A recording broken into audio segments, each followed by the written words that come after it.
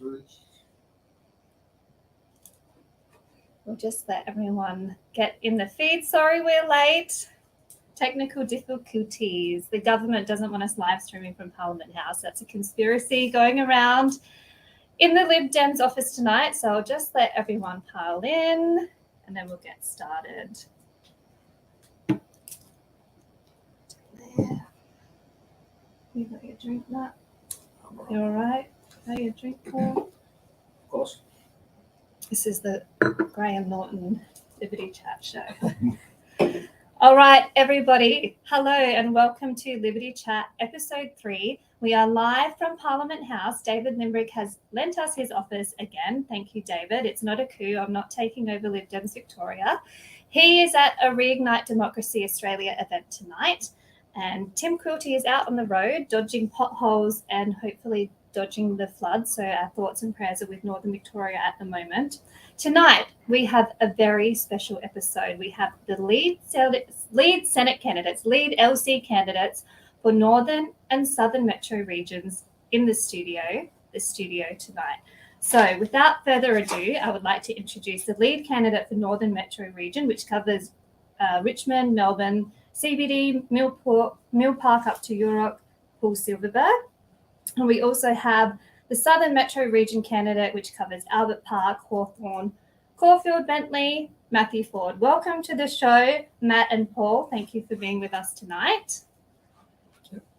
Thank you for inviting. So someone's saying he has no sound. Are we okay? Can you hear us now? Sorry, this is a very trying time tonight with technical difficulties. Hopefully you can hear us now, Melissa. If not, please let us know. So I would like to start with a very simple question.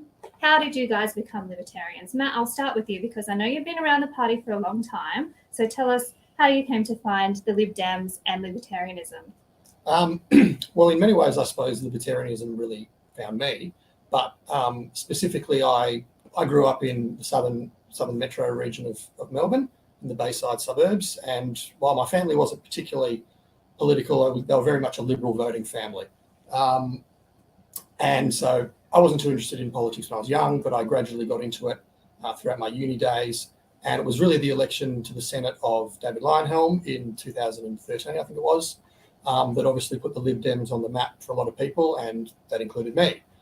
So I began to sort of follow him as I became more interested in politics in general, but also as I became more disillusioned with the major parties, particularly the Liberal Party, who I began to sense as being quite shallow and hollow and not really standing for what they purported to.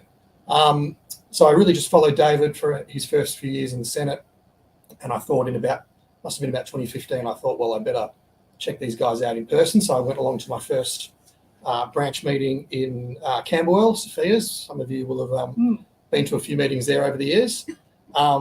And yeah, got stuck into it and decided to become a member. And my first real foray into organised politics was, I think, the 2016 federal election when I volunteered for our candidate at the time in Higgins, the federal seat of Higgins.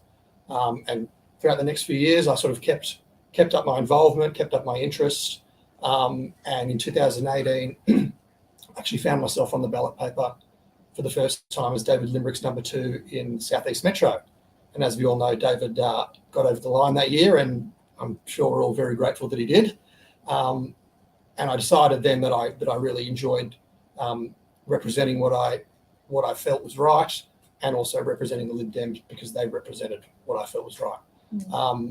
2 years later, the council election, sort of as we were beginning to come out of our first year of lockdowns, I stood for the Lib Dems again in the Yarra City Council, which unfortunately became the Greens majority council, which everyone now regrets, surprise, surprise. But it was once again a great experience to be the candidate as opposed to the number 2 or a deputy. And then earlier this year, I stood actually as the candidate, this time in Higgins. And now I'm standing as the number 1 candidate for the South Metro region. And obviously Higgins is situated within the broader area of Southern Metro, the Southern Metro region. As I said, libertarianism really found me. I think it was one of those moments where you kind of realize what you always thought and believed.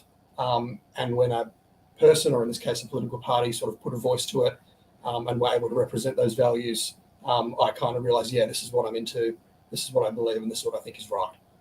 So really my motivation for all these years, both before the pandemic, during the pandemic, and now after the pandemic officially, is to represent those values, to be a fighter for liberty, personal choice, personal responsibility, government responsibility as well, and just, I think, an aspect of true tolerance, not the tolerance that we have shoved down our throats probably more often than we should, but genuine tolerance that people can live their lives, and you don't have to just agree with everything they do and say, but if they're living their lives and you're living your lives, then everybody's better off.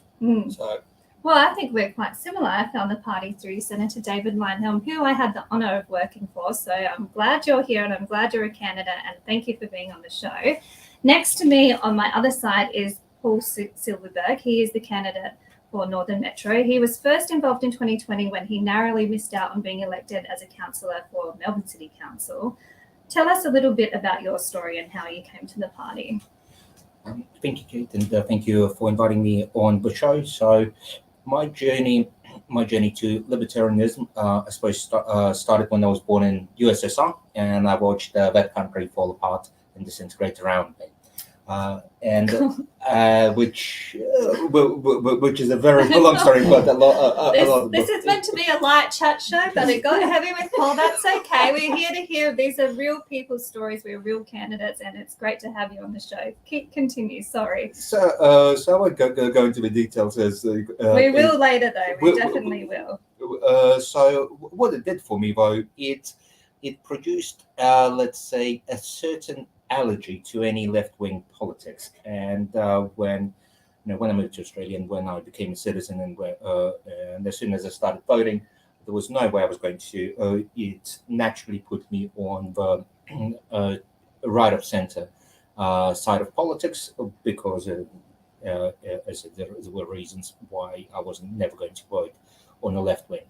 And then it came to around the Turnbull era, and luckily I was living overseas at the time, but I was looking at the Australian politics, and that almost turned me away from the Liberals, because I started to think, well, what is going on? I mean, how is that different from the left?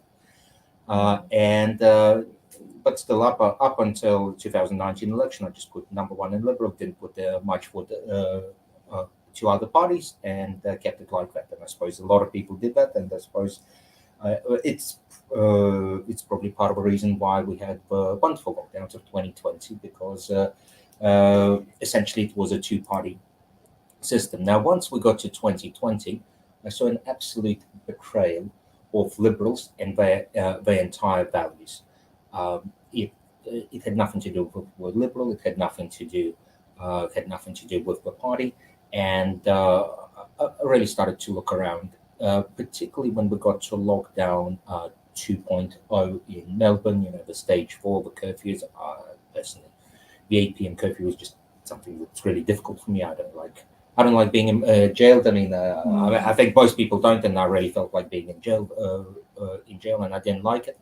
And I recall this was very early September, and this was the day when it was like this first big protest, where there was a lot of thuggery from the security forces against the people on a large scale. That was a protest where Ivy even got arrested. And I was considering going, and I was actually just about to get out of my lunch to go to a protest. I didn't know it was going to end that way, but I didn't really care. And I went to Facebook, and there was this actually live stream, and that's when I first heard and saw David Limbrick, and he was on some live stream, and I started listening, and I was like, oh, that's actually really interesting. So I ended up listening, didn't end up getting, hit by batons or whatever else we were using that particular day.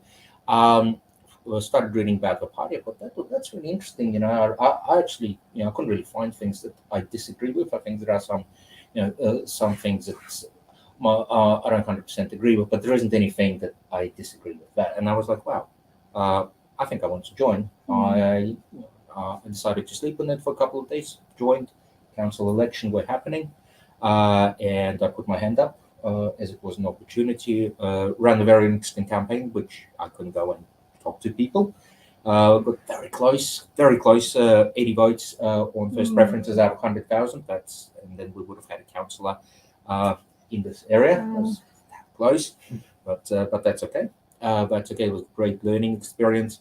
2021, I wasn't doing a lot of necessarily public stuff for Liberal Democrats. I was doing what I like to call private activism. I was going to a lot of protests, some more risky than others.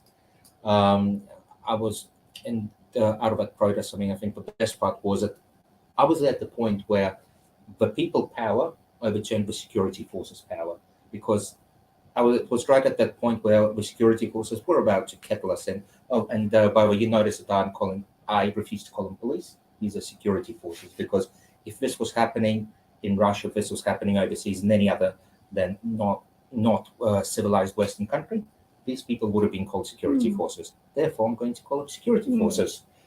So at the point where the security forces were about to close in on the people, the mass crowd just came at them, broke through the lines, and just 5,000 people just walked through town. And that's when the entire movement of protest movement changed. The people regained back their power.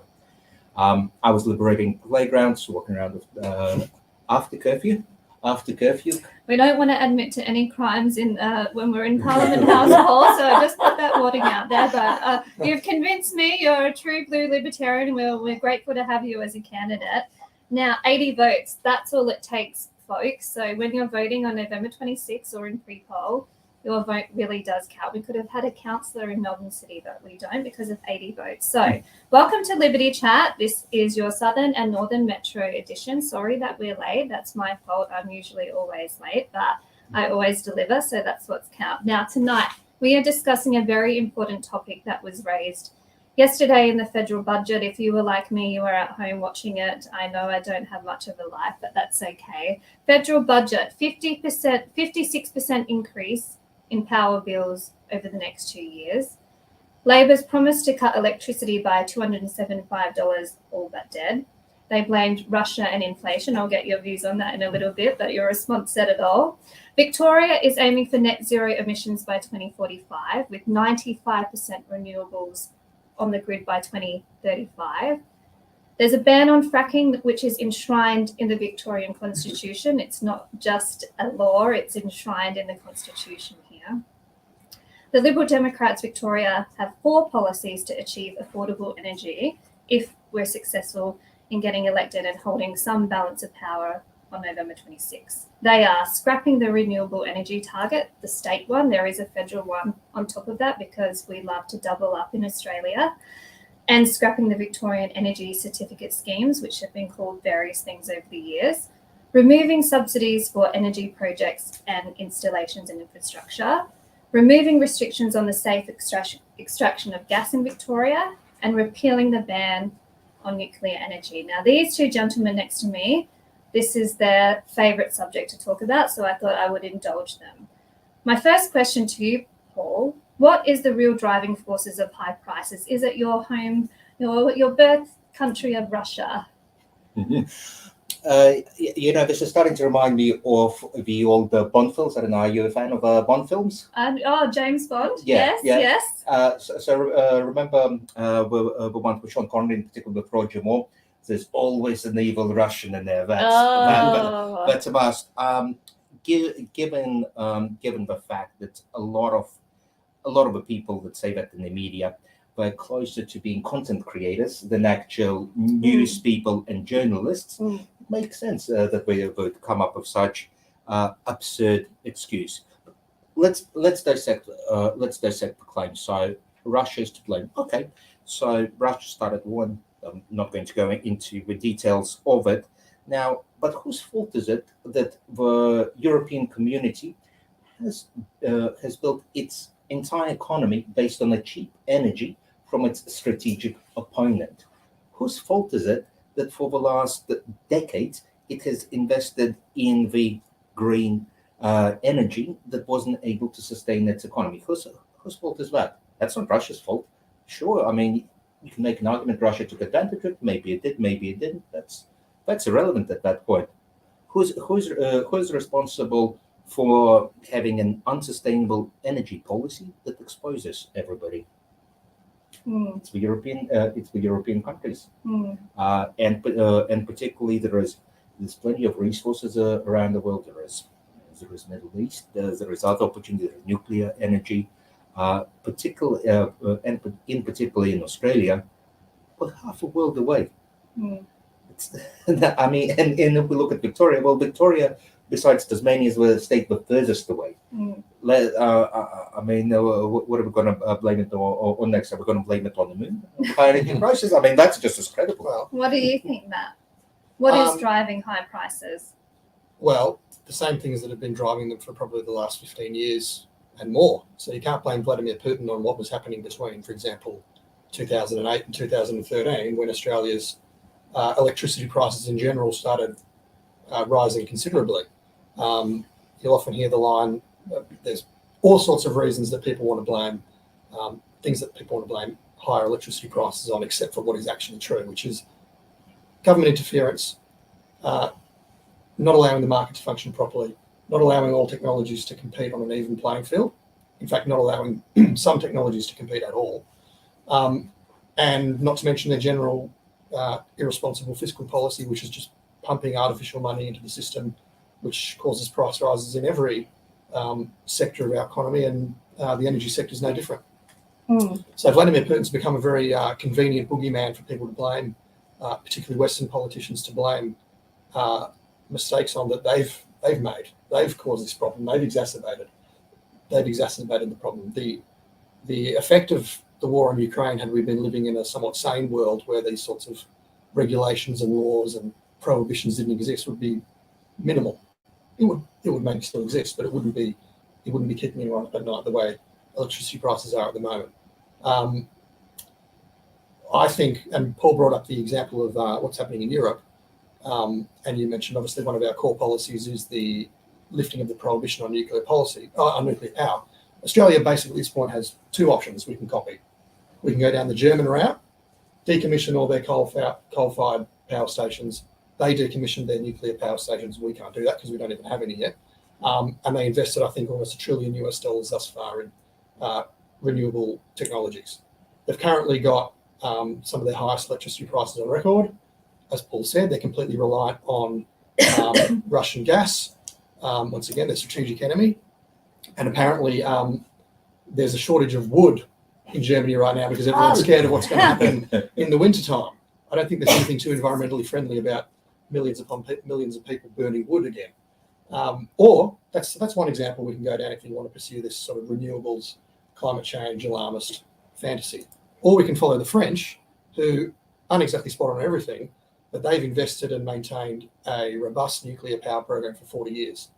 About approximately 70% of their power comes from nuclear generation. They are now a net exporter of energy.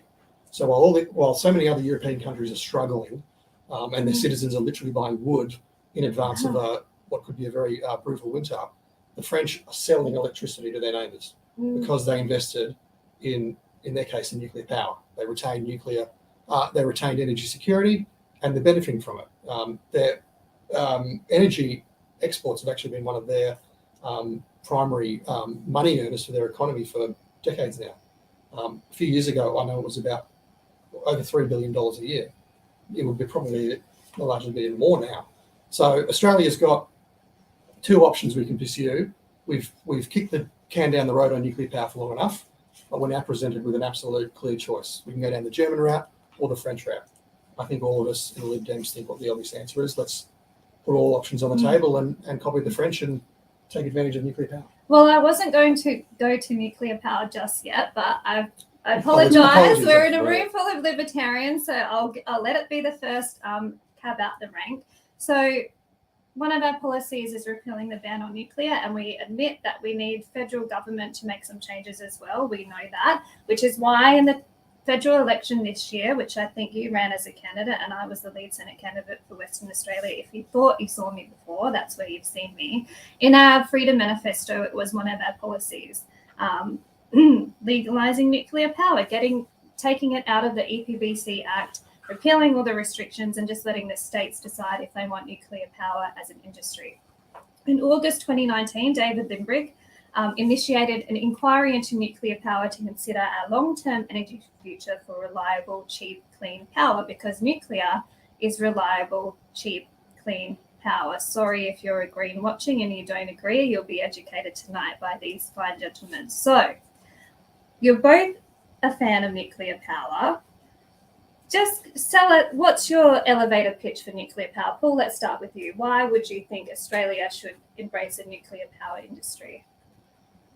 Out of all the countries in the world, Australia is the most suitable country to have nuclear power. It's got plentiful supplies. It's got stable geological profile.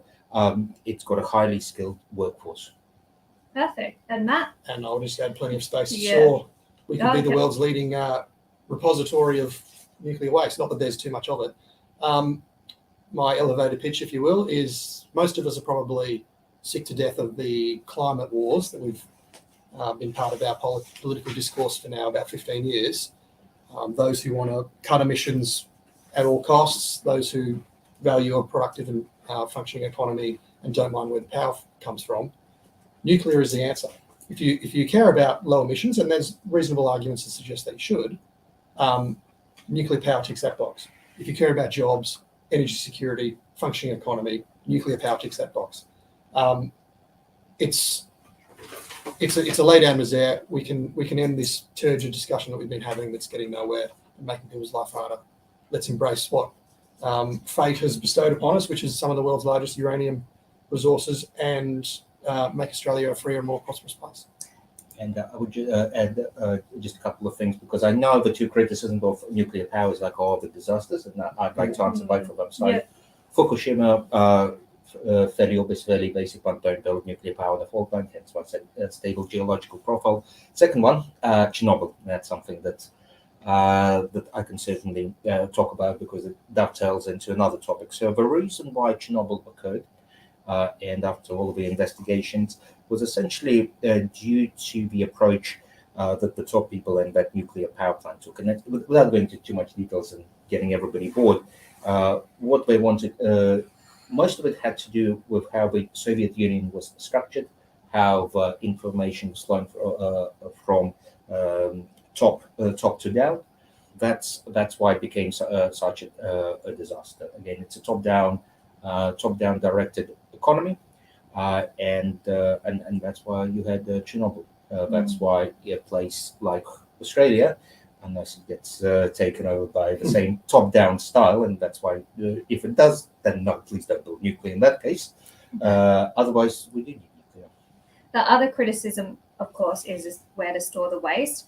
In David Limbrick's speech to get the inquiry across the line, he said, in Canada's history, which is 45 years of electricity production, it's stored in an area about the size of a basketball arena. So 45 years of nuclear power in Canada has resulted in storage the size of a basketball arena. By comparison, the amount of waste from retired solar panels in Australia by 2050 will be over 1,500 kilotons, according to researchers from Griffith University. So we mean what we say. We do care about the environment. I think we're actual greenies at heart, but we have a different approach and different solutions to the problem. And the other thing that David Limbrick said is declaring a climate emergency and refusing to examine nuclear technology is like refusing help from a fire truck because it's the wrong color. And he implored the Greens to look at the issue from a matter of science, from a lens of science. So he got that across the line. There was an inquiry. We need more Lib Dems next term to get further advance on this issue. So these two men,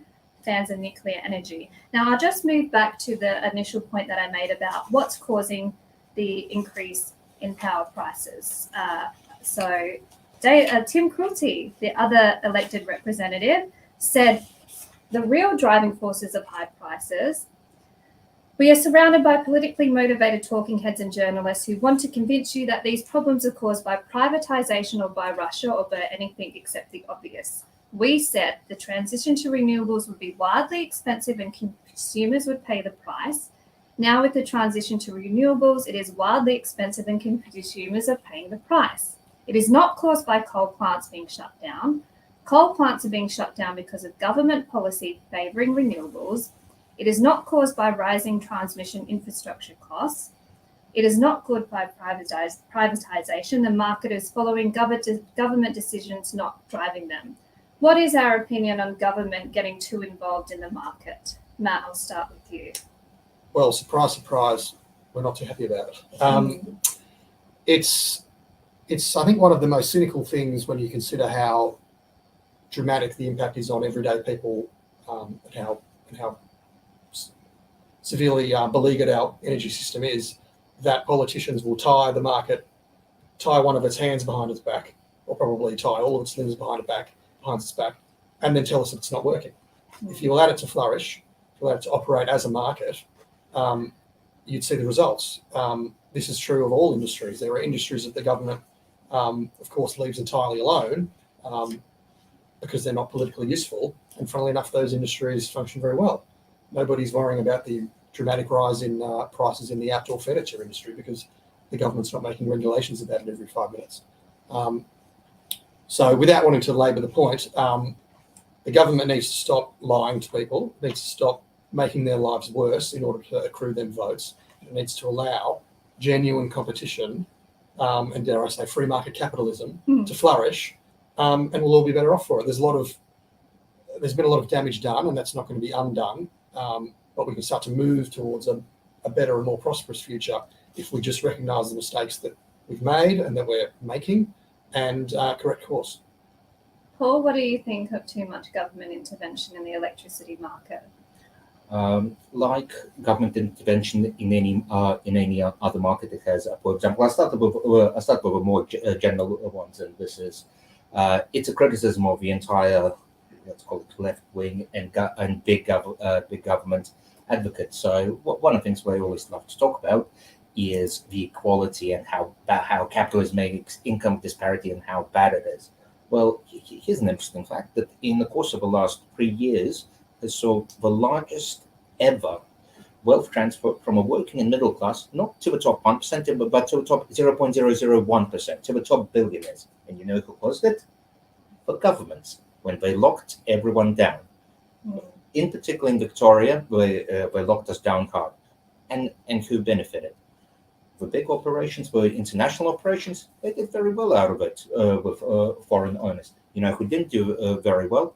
All the shops. And you can walk down Bridge Road, you can walk down High Street, you can walk down on any shopping mall, and you can see the impact of what the government interventions has had. Yeah, again, if we look at the other international examples of governments interfering in electricity markets and energy markets in general, Venezuela is a great example. That was a rich and prosperous nation amongst top 1 or 2 as late as mid-90s. And what happened? Government interference. The inflation is through the roof. By default, government is inefficient, so it's interfering in the markets will always end up with a very poor result. Again, this has been proven historically. I really don't understand why people need to say, "Oh no, we're going to do exactly the same thing, and it's going to be somehow magically different." So speaking of interventions in the market, the Victorian government in 2021 enshrined a ban on fracking in the state's constitution. David Limbrick at the time said, "A constitution is supposed to be a statement defining the basic principles and laws of a nation or state. It is not supposed to lay out the laws according to the superstitions of the day." I'm from South Australia. We've been fracking the Cooper Basin since the 1970s, Santos. Australia has had CST since 1996 in Queensland and currently produces about 10% of supply nationally. Victoria has known and expected resources here that could significantly add to our current reserves, but we are banned from even considering utilising this resource and banned from doing it in the Constitution as well.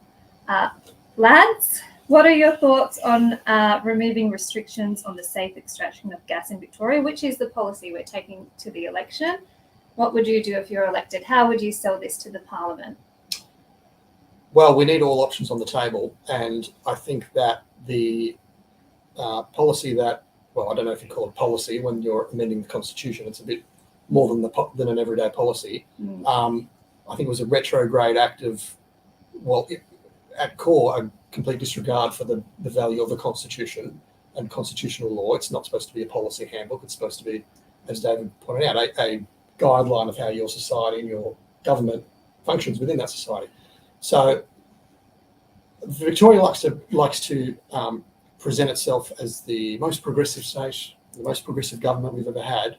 Well, it would be nice if perhaps our country could, our state could lead the rest of the country by taking proactive steps to improve the situation of our economy and people who live here and the pressures that they're facing, and show the rest of the country how it can be done rather than resorting to fear-mongering and crude cynicism in just locking something down because you don't like it and it doesn't respond to your sort of ideological basis. If the government claims to care about the people, and a Labor government is supposed to especially care about the working class and those who are doing it tough, why are they implementing a policy in the Constitution that will definitely make life hard for them? So if they want to, unfurl their banner of being a working man's party, representing the downtrodden, why don't they back it up with some action, get all energy options on the table, and make Victoria the leading energy economy in this country? I love how you said Australia. We default to our federal candidacy because we wanted to get elected in the federal campaign so we could make changes there too. But Victoria, November 26th, Paul, what is your thoughts on the fact that fracking is literally banned in the Constitution in Victoria? Well, I've got a lot of thoughts. I will try not to. Your thoughts for a G-rated show on a Wednesday night. And only having one beer. Yeah, and only one beer. Well, first of all, it's quite incredible that gas has more protection than my free speech in the Constitution. Let's start with that. Or my freedom to free assembly, or a range of other things which apparently aren't protected by Constitution and can be taken away at any time by the pandemic declaration. So that's quite dubious. Absolutely, these sort of policy things should not be in there. But what do we expect from the current government of the day? It's interesting that what you said. If the Labour Party pretends to be that of working class, I think we have to be honest about it. Labour and Greens, they're not the party of working class. They're elitist. They're parties of special interest. The true party of the working and middle class is the Liberal Democrats. We are the only true party of the working class as it stands in 2020s. We are the ones who are looking out for and protecting them. The others are special interest. Talking specifically about gas fracking, and I actually want to go and talk a little bit about global food security. And one of the things some people know and others don't necessarily know is gas is key in producing a lot of fertilizers. Now, there is massive shortages. Again, yes, there is that war happening, and again, yes, there is strategic opponents. And by the way, Russia is gaining a lot of ground in a lot of developing world. Now, one of the things what Australia can take leadership is, rather than sending weapons, and Victoria, we can take leadership on, is help with food security to the developing nations. Because you know what Russia is doing? It's actually giving its food for free. How do you think those countries and people are going to be moving towards them? That's why we're seeing that they're moving to that side. Now, gas being a critical part to have fertilizers, to have food security, can actually help us. Again, if we want equality, if we want to help people even outside the state, and I think it's a great goal. I think we should be working on eliminating extreme poverty. We should be working on eliminating extreme hunger. We can do that. So banning a pathway that stops that is once again the oppression of a poor and downtrodden by the Labour government. I just want to talk about the Labour government for a second. So Victorian Labour this week talked about reviving the State Electricity Commission, or the SEC. So the government is a player in the game. They're not talking about privatising the whole system, which it is in WA, where I usually live. They're talking about setting up a company and being part of the market. It remains to be seen how much baseload power it plans to create. They're not going into that detail, but Tim Quilty was asked about privatisation of energy in the Parliament. And he said governments lie when they blame privatisation for price increases. The energy industry in Victoria is all but nationalised already. Yeah. The government sets prices, controls sales, and makes rules about every aspect of the business. Governments have almost complete control over the sector, and it is a disaster. We are paying more now for energy than ever before. And the Lib Dems want to see an energy policy that cuts the subsidies for unreliable, weather-dependent energy sources and removes restrictions on nuclear and allows access to natural gas in Victoria. So this was, I believe, last year. It's not just an election promise that we came up sitting around a table. This is what we believe in. David Leyonhjelm in the Senate talked about this kind of thing back in 2013. So it's not new to us. Matt, on Facebook, you said in relation to the SEC, the same people who, among other things, have overseen a crumbling healthcare system, who repeatedly botch hotel quarantine and are responsible for Victoria racking up the most debt of any state now, think they can manage an electricity grid? What could possibly go wrong? What could go wrong, Matt? Absolutely everything could go wrong. We don't have enough time to talk about all the things that could go wrong. Look, when I heard that announcement, I thought that I'd woken up in Great Britain in like 1977 when everything was owned by the government and nothing worked. But no, it was Progressive Victoria in 2022. Look, this is just pseudo-intellectual economic illiteracy that's going to cost people big time. The budget last night, it was predicted that there will be a 56% increase on the average power price. That's an increase on what we're paying now, which is already just through the roof. It's outrageous that a country like ours, which should be the world's preeminent energy superpower, has some of the highest prices in the world. The fact of the matter is that there is absolutely nothing that a Labor government or the Labor Party won't take under their wing and control if they can. They believe that they ultimately should be in charge of everything. It's the same reason why these people will often refer to as a tax break, as a handout, because they believe it's their money to begin with, not yours. It won't work, even if it did achieve the miraculous goal of actually producing some sort of effective power source, which it almost certainly won't. Who's paying for it? Well, we all know who's paying for it. We're paying for it. Taxes, borrowed money, inflation. So any even best case example that it actually becomes a somewhat functioning entity, we're no better off, because the lower power prices that you would pay in that situation are completely offset by the increase in taxes and increase in cost of living that you'll be suffering as a result. This is a big idea, but it's not a good idea, and people should reject it with everything that they've got. What are your thoughts on a state-owned power company entering the market? Very simply, the driver for anybody's performance in work is essentially KPIs. Now, for anybody who works in business or runs their own business, you might have different KPIs. It could be your revenue generation. It could be your conversions. It could be a myriad of things. But you've got clear set KPIs.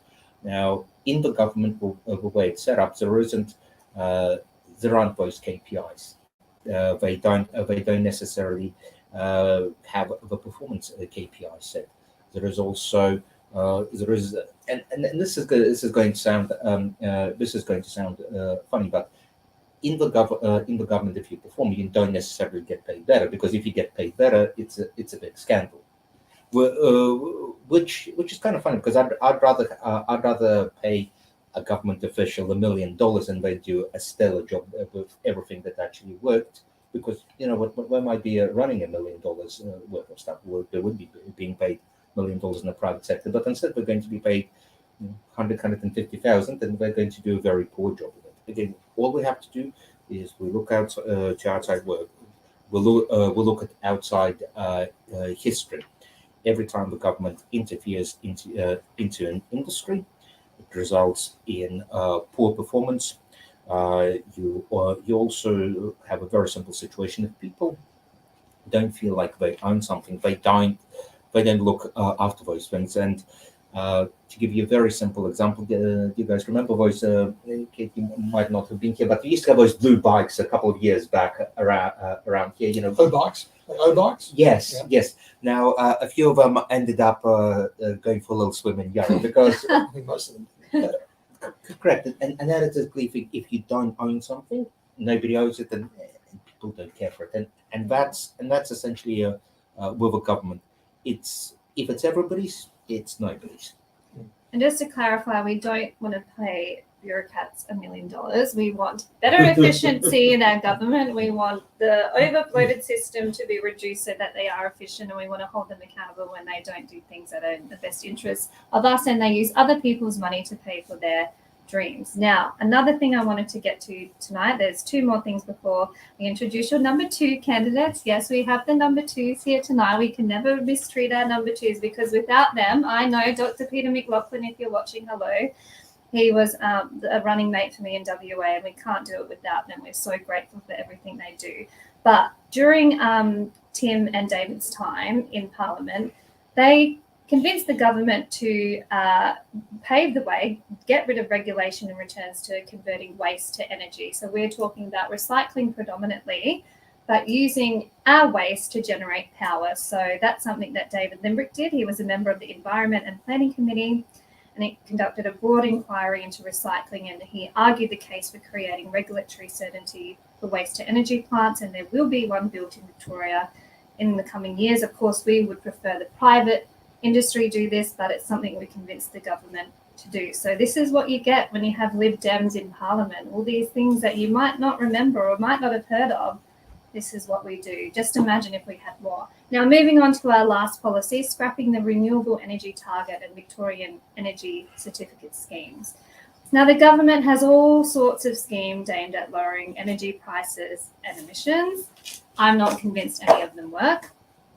I think all they do is distort the market and increase costs, but I could be proven wrong by one of these two gentlemen tonight. I don't think so, but I'll just put it out to them. So one of the schemes that Limbrick and Quilty spoke out consistently against was the Victorian Energy Certificate Scheme. It's been renamed a few times, as governments do. So I was shocked to learn when I arrived here that there was this program that people would come to your house and change your light globe and then put a certificate into the government and get money back for doing that. And in some cases, the light globe didn't actually need to be changed. Or David Limbrick got up in Parliament and he said he was given a standby power unit. So this was meant to turn his PlayStation off when he was out to save power, and the company that sold it to him would get credits because apparently they've reduced emissions. I don't know the people that think of these ideas, that these are the bureaucrats that shouldn't be paid $1 million. What do we think about subsidising things like this, using other people's money with the intent of using less energy, but this is the outcome you get when you give it to government to control? Matt, I'll start with you because I know you're just horrified at what I just said. Yes. Probably two key points on this. Specifically, subsidies are a preventative against innovation and genuine, a dynamic marketplace.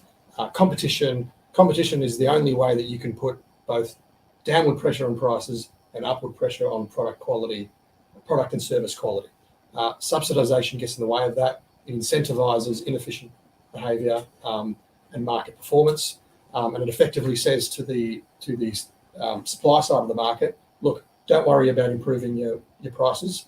Don't worry about attracting people to your business by offering a better product at the same price or the same product at a lower price. We'll take care of that for you. So surprise, surprise, eventually these marketplaces get stagnant and they don't deliver on the product and service quality that they should.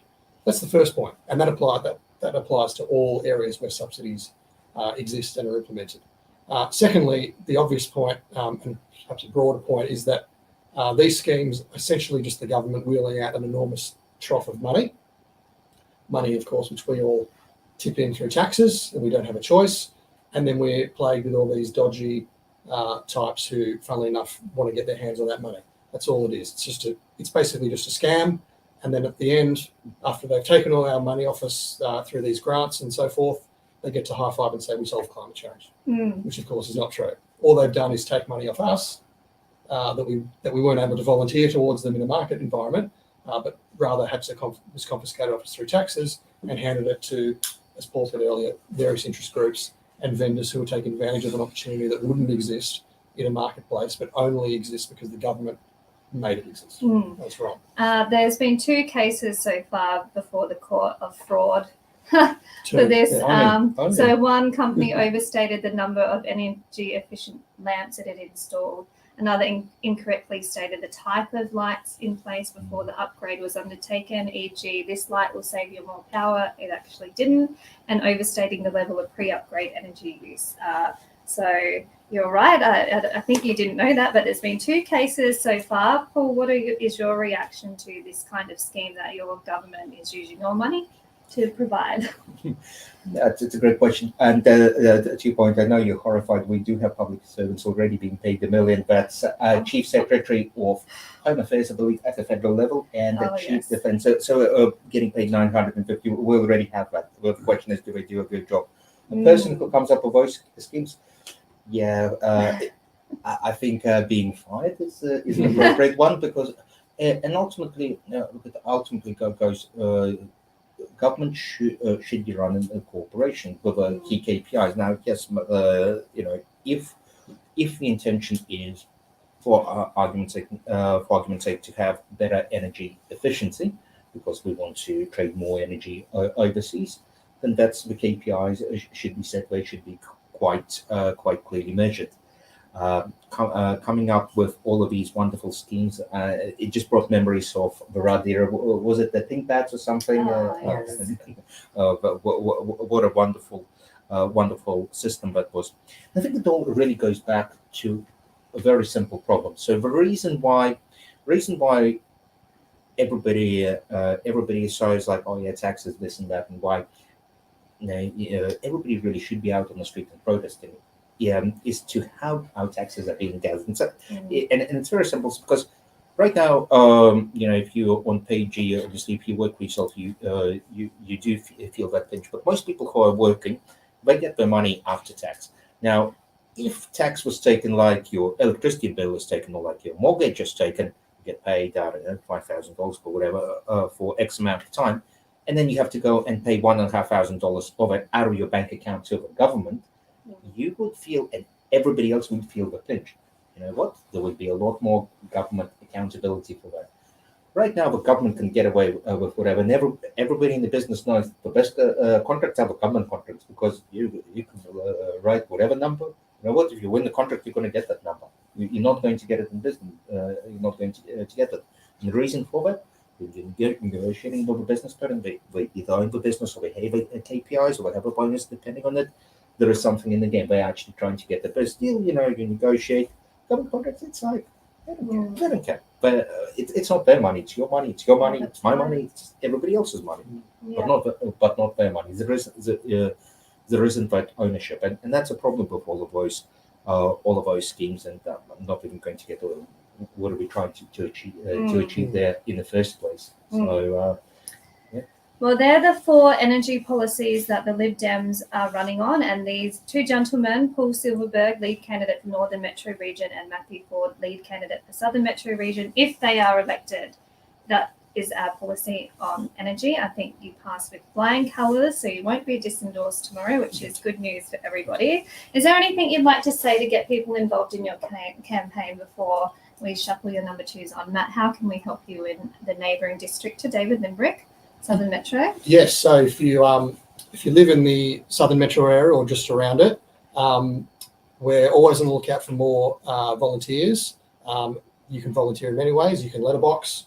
You can even just put a cork or 2 on your front fence, and you can get involved in pre-polling and on polling day. These are the 3 main sort of volunteer aspects. You can reach out to me at matthew.ford@ldp.org.au. That's my email address. You can reach out to me on Facebook. You can reach out to our branch email, which I can't remember off the top of my head, or perhaps the best way is to get onto the Victorian Lib Dems website, follow the link to the 2022 election page, and there's a page where you can put your hand up for any of these things. It's all about getting the message out there, where we don't have the benefit of being a major party that can be on the radio, on the television all day, all night. We need every little bit of exposure we can get, and volunteers are key to getting that. So if you want to help out, if you like the sound of what we're saying here, the other selling point I would say is that South Metro is the smallest region in the state. So if you're not keen on walking kilometre after kilometre after kilometre, come and join us. We're a tight-knit, densely populated region, you can get involved and you can help me get elected, hopefully. What about you, Paul? Northern Metro, how can they help? And I think Matt very eloquently described about the core flutes and the flyers. So it's very much the same story for my side. The other one, it's really just talking to your friends, talking to your mates, to family, because there could be these people who you put an idea out there and they're not happy with status quo. They're not happy with what's going on, and there is a lot of opportunity to convert them and to really to engage with us, and that would be great as well. The other thing is I've been hitting campaign trail for the last few weeks. So I know people think Northern Metro, it's all social, it's all green. Actually, there is a lot of people who are looking for something better, who are looking for opportunities, and there is a lot of hope.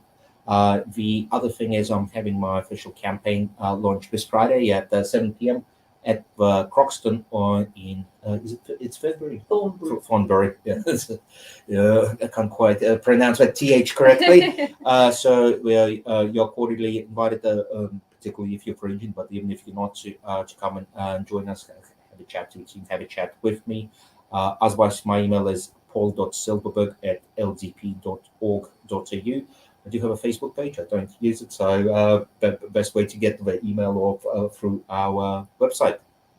Well, spasiba, Paul, and thank you, Matt, for coming on the show. I'll just get you to move across carefully. Don't knock over. We need a Liberty Chat studio. I'm trying to fundraise for that, so just bear with us while we get the number 2, the running mate for these 2 fantastic candidates we've got. Thank you so much. Now, I know you're a little bit nervous, Rachel. It's fine. So, to my left, I have Matt's running mate for Southern Metro Region, David Segal. To my right, Paul's running mate for Northern Metro Region, Rachel Versteegen. So, David, I'll start with you. You ran as a candidate for Goldstein at the federal election against a Teal, Zoe Daniel. You came 5th ahead of UAP, One Nation and other minor parties, so it's a really good effort. And you came to the party during the pandemic. Can you tell us a little bit more about how you discovered the Liberal Democrats? Well, how I discovered the Liberal Democrats, 262 days of lockdown does play with your mind, and there's only so much Sky News and Fox you can watch, and it was on one of those times I was watching John Ruddock interviewed by Rowan Dean, and I have great respect for John. I think he's a fantastic commentator, and he was a dyed-in-the-wool Liberal. And I wouldn't call myself dyed in the wool. I've never, ever belonged to a political party in my life. I've always enjoyed politics. I've never been a volunteer. And then I thought, oh, well, I'll have a look and see what they do. And when I went to their page and started to look, I had a very familiar feel about it. And there were so many people, and I joined base camp and who had similar views to myself. And so in some ways, I joined the party because I wanted someone to talk to. It sounds a bit crazy, but when you've got 3 sisters who are a little bit left of the Greens and you see them every Friday night at our Jewish dinner, I do get in a few fights and it's quite embarrassing for me. And so I'm really looking to extend my echo chamber, which has been very limited in the past. So there's no doubts that I would be more inclined to be, I know I'm sitting on the left here, but I'd be more inclined to be on the right. And there's no doubts that the policy of the Liberals in terms of not differentiating on energy, I thought removing the ban on nuclear was a no-brainer. And the fact that they refused to do that just said to me that they're not even interested in winning. And so I joined the party. As Kate indicated, I ran in the Goldstein electorate. I had great fun, I must say. It was an amazing experience, and I thought I'd follow it up in the Victorian election. I was happy to run as a second to Matt. The fact that he ran as a second to David Limbrick. I thought might be some sort of omen for myself. So for the next time, I might be a number one candidate and Matt will be a politician. So, that's what happens. So look, I joined the party and they really hit my sweet spot. I see us as fiscal conservatives and progressive, socially progressive. So to me, we should be the destination party, not just of disaffected Liberals. We should also be the destination party for Greenies, and we should be the destination party for Labor. I think we sit so squarely in the middle relative to the other parties that I think we're a natural destination, and I don't think that's emphasised enough. So sitting to my right is, of course, the running candidate for Northern Metro. The only problem I have with you, Rachel, is that you're a Collingwood supporter and I'm Carlton. Yes, I love my pies. That's okay, I'll forgive you. So, Rachel, you turned to the Lib Dems during the pandemic after hearing David Limbrick speak. You've worked in early childhood setting for the last 10 years. Yep. And you've said for society and the economy to flourish, we must embrace and allow individuals to create their own destiny with minimal government interference. If we follow that, the future for Victoria will be bright. That's lovely. Yes. Well, I was kind of shocked. Like, I came to Libertarianism quite late. I joined the party 12 months ago or 18 months ago. And I did it because I couldn't believe what was happening in Victoria. And it was awful. And my flag was planted. I was a Labor Party supporter, pretty rusted on Labor Party, rusted on ABC listening, rusted on age. I was a full lefty, right? Ride my bike, compost, worm farm, bees, the whole box and dice, live in the inner north. So I was really embraced, you could say, I don't know, all that lefty stuff. But then when the pandemic started, I just thought it was nonsense. I couldn't believe what was happening. All through 2020, I was thinking, this is insane. There'll be consequences of lockdown. People were trying to save grandma, but that's all well and good. I want to save grandma too. But there's other ways to do it apart from locking down. And I was actually quite disturbed, and not many people. I had a swimming group. They couldn't really see how damaging it was. They'd whinge a little bit, but they were kind of on board with everything. And I sort of felt alone. My family was pretty good. My immediate family were good. We were sort of all together on what was happening. And so in 2021, I saw David Limbrick on YouTube. Look, let's face it, there wasn't a lot else to do but look at YouTube. And I saw him speak, and from there I thought, well, I wanted to go to a meeting. So to go to a meeting, I thought, well, I have to join. So I joined, went to a meeting, and away I went. And I really learnt about, it's been a quick learning journey for me of what Libertarian's all about. And I've seen now how beneficial it is to people of allowing people to create their own destiny. I do work in the early childhood. I'm sort of going off on a bit of a tangent now. That's good. Keep going. I was going to ask you about childcare, but let's jump right in there because I know we're on a bit of a time limit. Yes. So I work in childcare. I work at a childcare centre, and I also work at sessional kinder. And I've been in childcare for 10 years, and I'm seeing, like, when the issue with childcare, probably 16 years ago, they introduced subsidies into childcare. And the issue was we needed to make it more affordable and more accessible to parents. That's a worthy goal. I get it, right? If you want to work, you need childcare. So the government started subsidising it. But like everything, once you start putting money into something, what does it do? It increases, it did many things. It increased the price, it increased the demand, and so then we're back to square one. And in the meantime, childcare entrepreneurs, they enter the market, and so then and it's happening now. Lots of childcare centres are opening. Those people opening childcare centres, they're not doing it because they love children so much. They're doing it to make money. That's their ultimate goal. They don't care about children. And that's being paid for.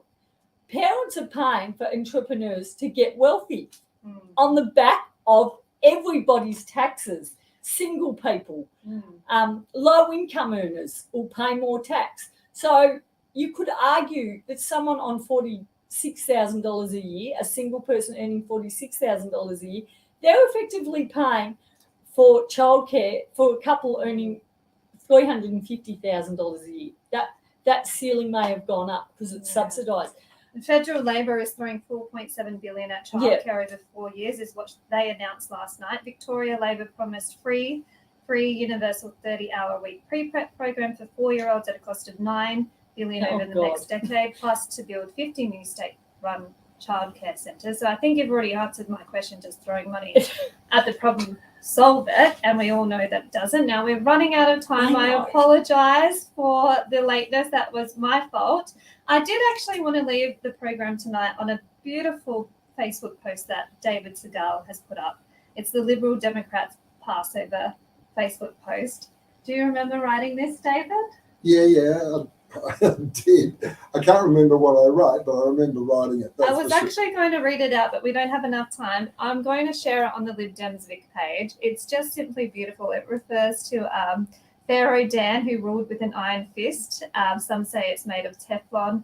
It's referred to, he was a really mean pharaoh and he made the people stay inside for 23 hours of the day. Their children, including the firstborn, couldn't go to school and meet their friends, and people were divided. When they complained, they were thrown in jail. And then he's talked about a humble politician who in the biblical days was known as Moses, but was now known as David Limbrick. And David Limbrick came and saved the people who were vilified and discriminated against. It's actually really beautiful. I'm going to share that tonight. Thank you, David. Now, to finish up, how can we help get you guys elected, or your number ones elected, and then hopefully both of you? What's your call to action? Number one, vote for us and get all your family to vote for us and get all your friends to vote for us. If you don't want to go back to Venezuela, you've got to mark your ballot. Do not waste your vote. Educate yourself before you turn up to the ballot box. You have to make this count. Otherwise, it's Venezuela, here we come. I'm sorry, that's the hard truth. 80 votes is all that it took to get Paul elected in the council. We missed out. And also I'd like to say, sorry, David, look, catching up with friends who think like you, that's all well and good, right? Good for you. You've got your tribe. But it's not going to stop us ending up as like a Russian gulag. We need votes. Get in there, take action. If you can volunteer, do it. Volunteerism is good for you and good for the party, and ultimately you will be helping your fellow man, whether they realise it or not. And David, if you want to finish the show tonight, what's your call to action? Well, the call to action is all the people there are Liberal Democrat supporters, so I don't need to tell you who to vote for, but please tell their friends not to waste their vote on major parties.